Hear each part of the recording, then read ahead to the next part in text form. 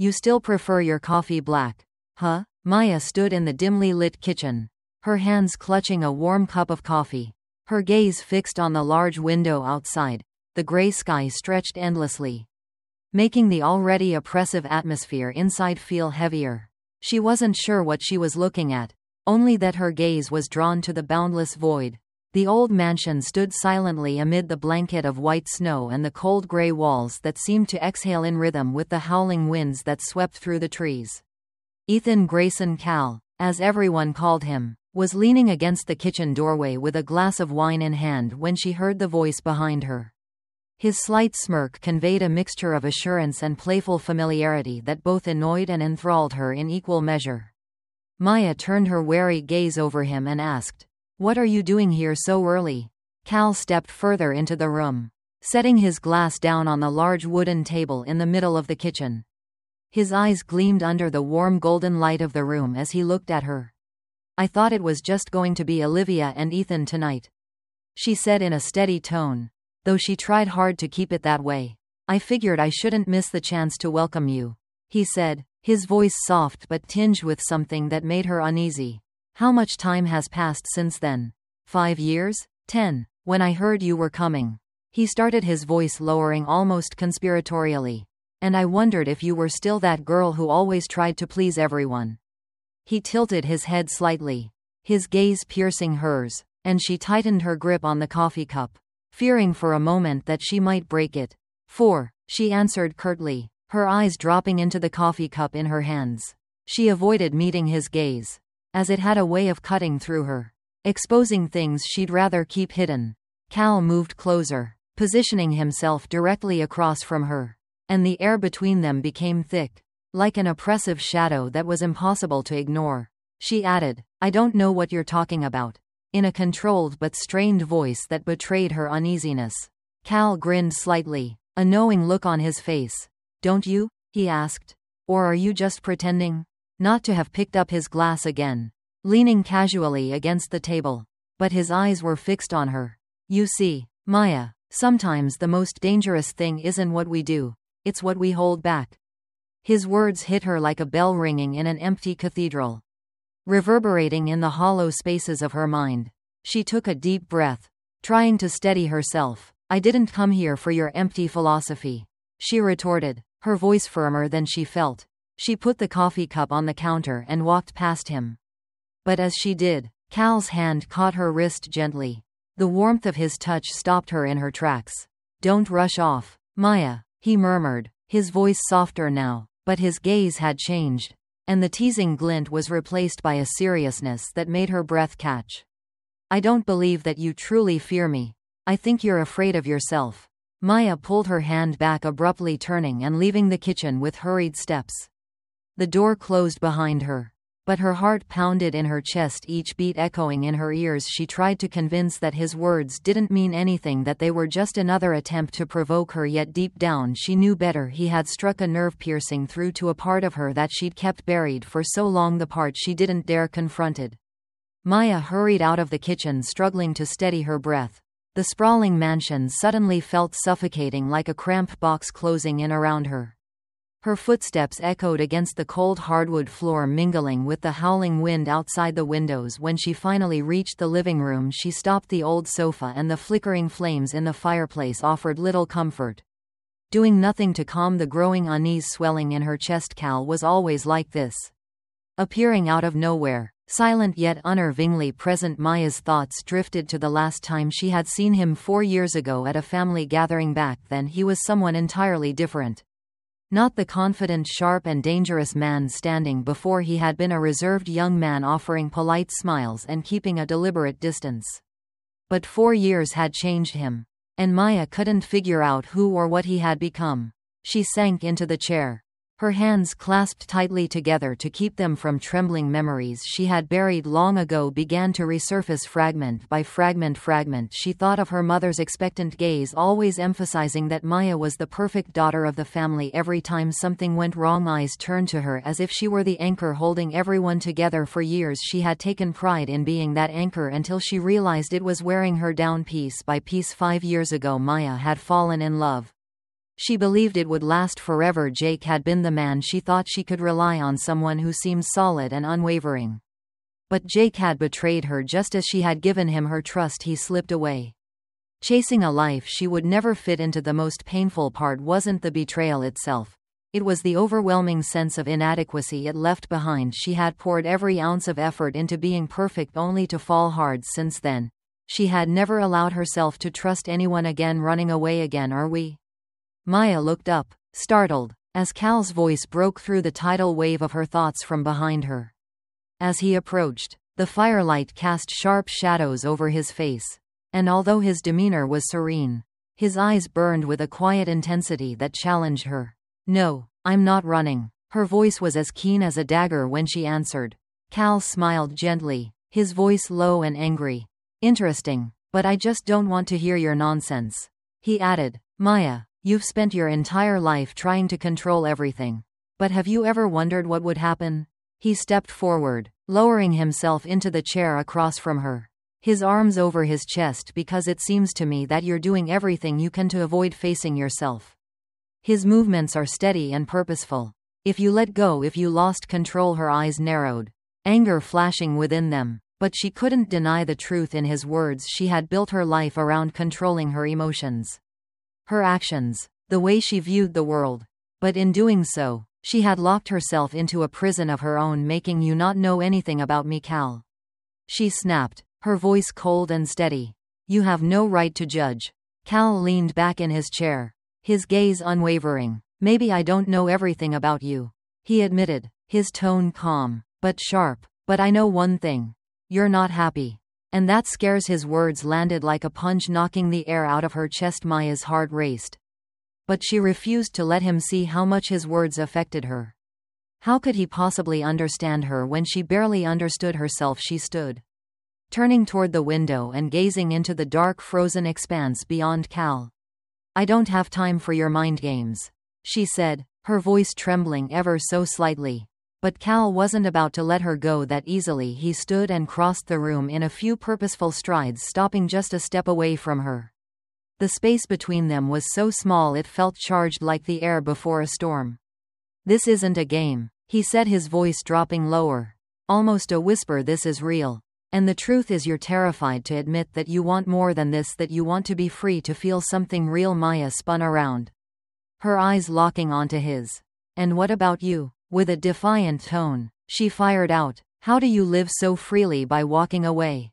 Maya stared at him, her chest tightening as 1,000 unspoken thoughts and emotions swirled in her mind. Cal hesitated, the light in his eyes dimming briefly, as if he too was confronting something he didn't want to face. Sometimes, his voice finally said, quieter, freedom isn't about running away. Sometimes it's about having the courage to face the emotions you've been burying. His words struck deep, stirring something raw and vulnerable within her. She couldn't bring herself to respond. To the two of them stood there in heavy silence, the tension between them thick like a fire smoldering just beneath the surface. Maya knew she couldn't keep pretending, she couldn't keep burying what had been simmering inside her for so long, but the realization only made her more afraid.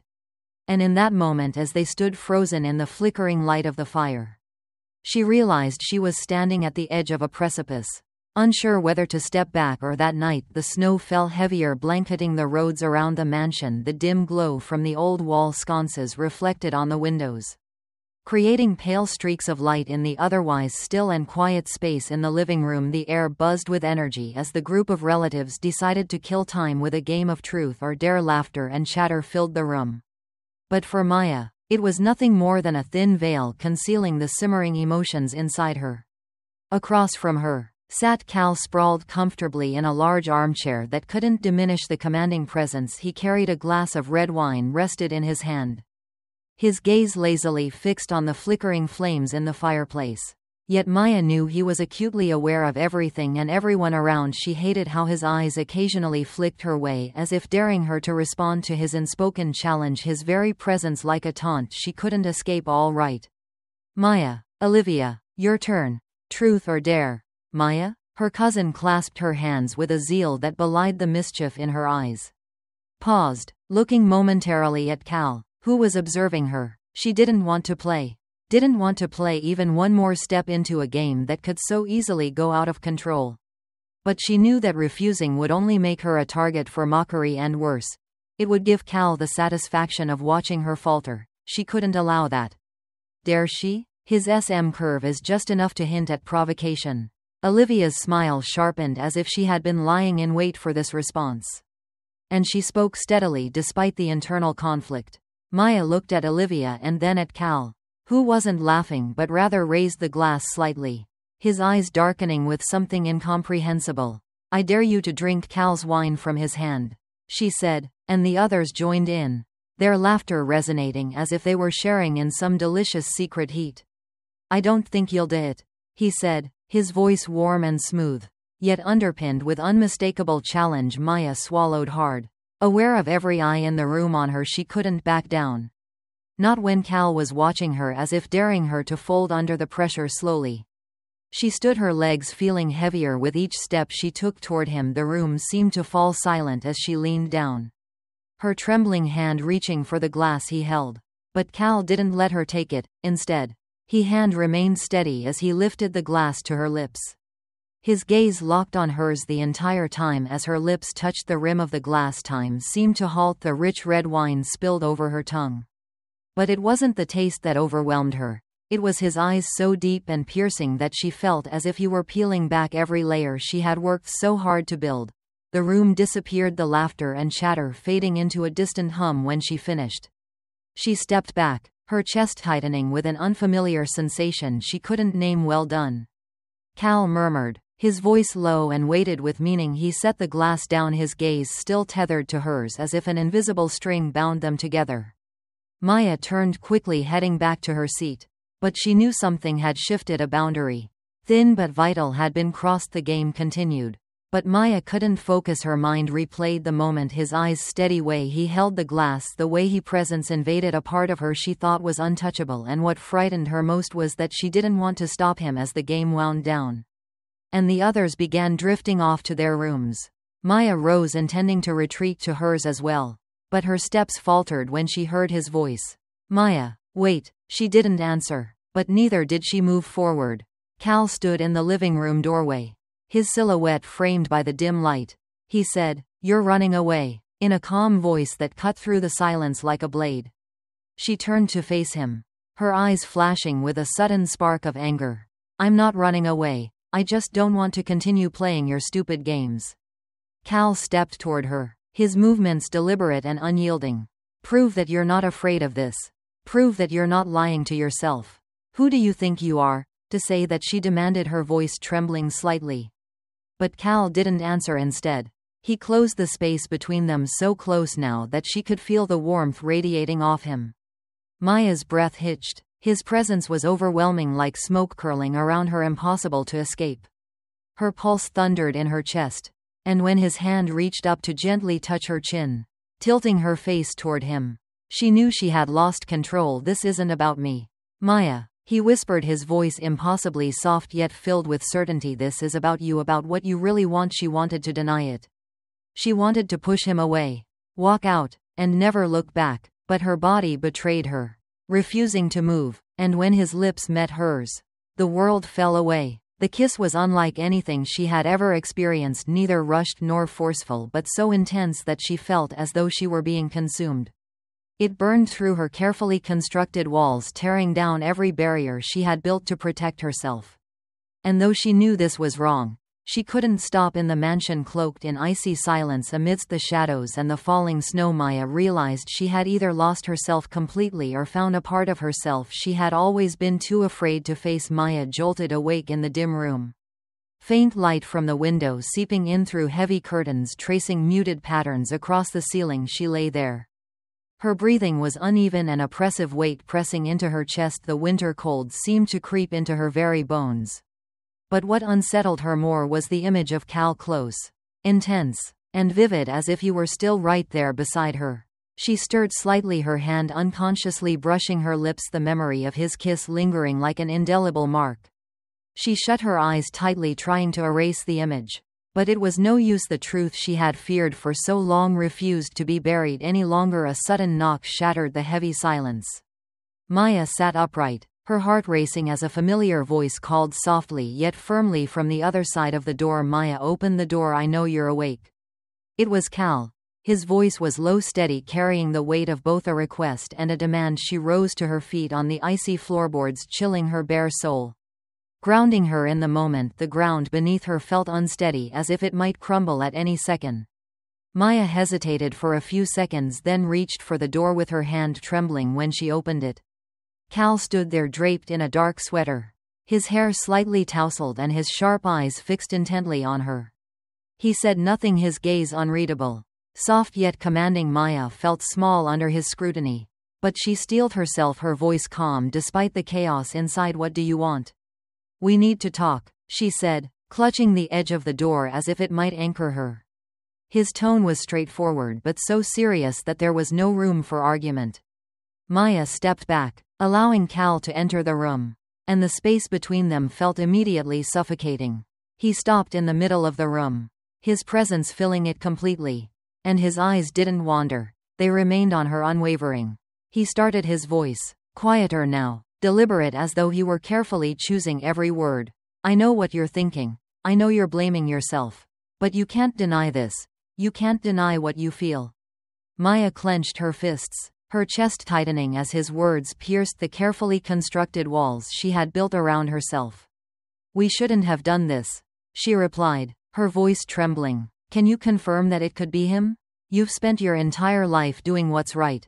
But are you happy? Have you ever truly felt alive? He said, taking a step closer, his gaze unwavering. For a moment, it felt like the world had shrunk to just the two of them. Then, Maya turned away, unable to face him. But Cal didn't let her retreat. Look at me, he said, his voice soft yet commanding. Impossible to ignore. Reluctantly, Maya turned back, her eyes meeting his, and she felt exposed, as if every layer of her defenses had been stripped away. I'm not asking you to do anything, he continued, his voice gentler now, almost whispering. I just want you to be honest with yourself. A wave of emotion crashed over Maya, so powerful that she couldn't contain it. I can't, she said, her voice breaking. I am not able to live like you. She looked away once more, but Cal moved closer, his hands softly resting on her shoulders to anchor her in place. Don't think about me, he murmured in a quiet but determined voice. I can't just think about myself and forget about everyone else.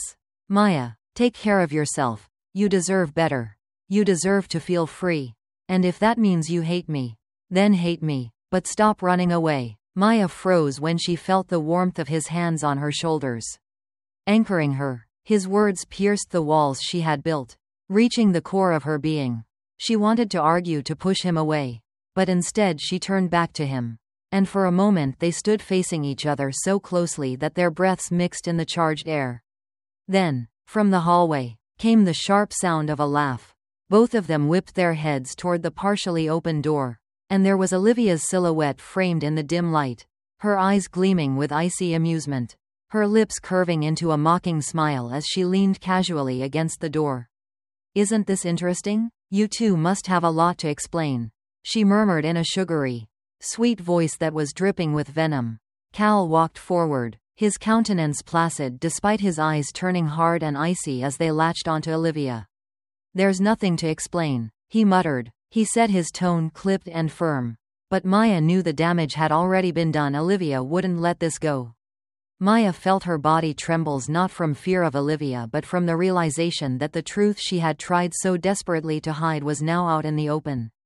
The room fell into a deafening silence, lingered for a moment longer, her gaze darting between them with thinly veiled satisfaction before turning on her heel and walking away, leaving Mir and Cal alone in the thick, suffocating tension of their exposed secret. Maya looked at Cal, her eyes wide with a mix of fear and turmoil. We've made a huge mistake, she whispered, her voice shaking. Cal didn't respond immediately. He stood there, his expression softening, though a determined edge remained in his gaze. Maybe we have, Maya, he said finally, his voice quiet but steady. But it's the truth. And you know it. Maya felt as if her heart were being squeezed, the weight of everything threatening to crush her, yet at the same time she felt something else. A strange sense of release. She could no longer deny it. But that didn't make her any less afraid of what would come next. Maya stood motionless in the center of the room, The world around her spinning slowly, disorienting. Olivia's footsteps had faded into the distance.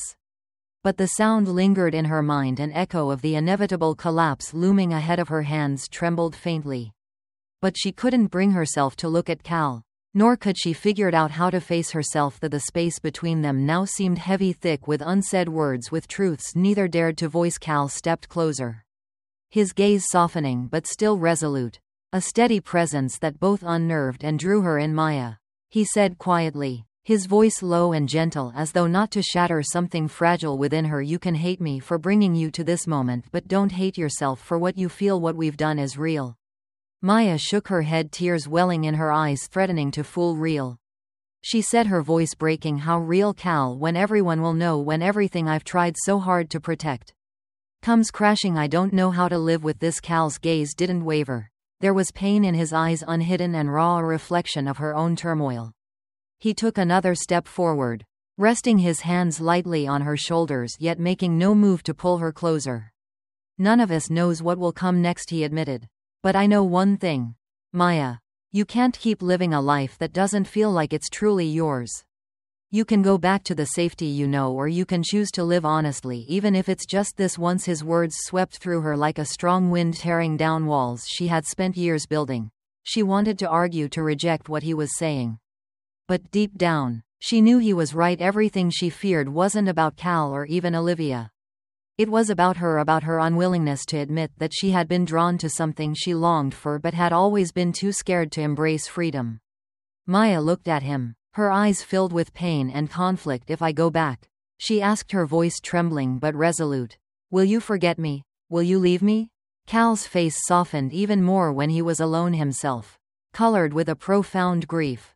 I'll never forget you, Maya, he said, his voice steady, full of truth. But if that's what you want, I won't hold you back, because more than anything, I just want you to be happy. His words hit her like a blow to the heart, leaving her breathless. Maya knew this was the moment she had to choose. She couldn't stand on the edge any longer, caught between two paths. But no matter which way she turned, she knew it would leave a mark she would carry forever. She took a step back, her eyes never leaving. I can't do this, Cal, she said, her voice barely audible. I'm not brave enough to destroy everything. Cal nodded. No disappointment in his eyes, only a quiet understanding that cut even deeper. I understand, he said softly. But Maya, remember this. You don't need anyone else to set yourself free. That strength is already within you. Maya turned away, walking out of the room before she could change her mind. Her footsteps echoed in the long hallway, each one feeling heavier than the last. When she reached her bedroom, she closed the door behind her, and the tears she had been holding back spilled over, and she sank onto the edge of the bed. Her sobs quiet but relentless. She felt as if she had lost something precious, but at the same time a faint sense of relief began to unfurl inside her, fragile but undeniably. The next morning, Maya left the mansion earlier than planned, before anyone else was awake. Her suitcase was neatly packed and tucked into the trunk of her car. But her heart was far from organized as she drove away. The snow-covered roads stretched endlessly before her, mind racing with questions she didn't have answers for. At a red light, she stopped. The glow of the traffic signal reflecting on the wet asphalt, she caught a glimpse of herself in the rearview mirror. Her face pale, her eyes still heavy with exhaustion. But somewhere in those tired eyes, there was something new, a faint glimmer of self-awareness. A small spark of something she hadn't felt in years. She didn't know what she would do next. She didn't have a plan. But for the first time in her life, she felt like she had taken the first step toward finding herself far ahead. The snow continued to fall, the road ahead long and cold. But Maya knew deep in her soul that she had just uncovered a sliver of warmth she had lost long ago, and that warmth, however small, was enough to carry her forward.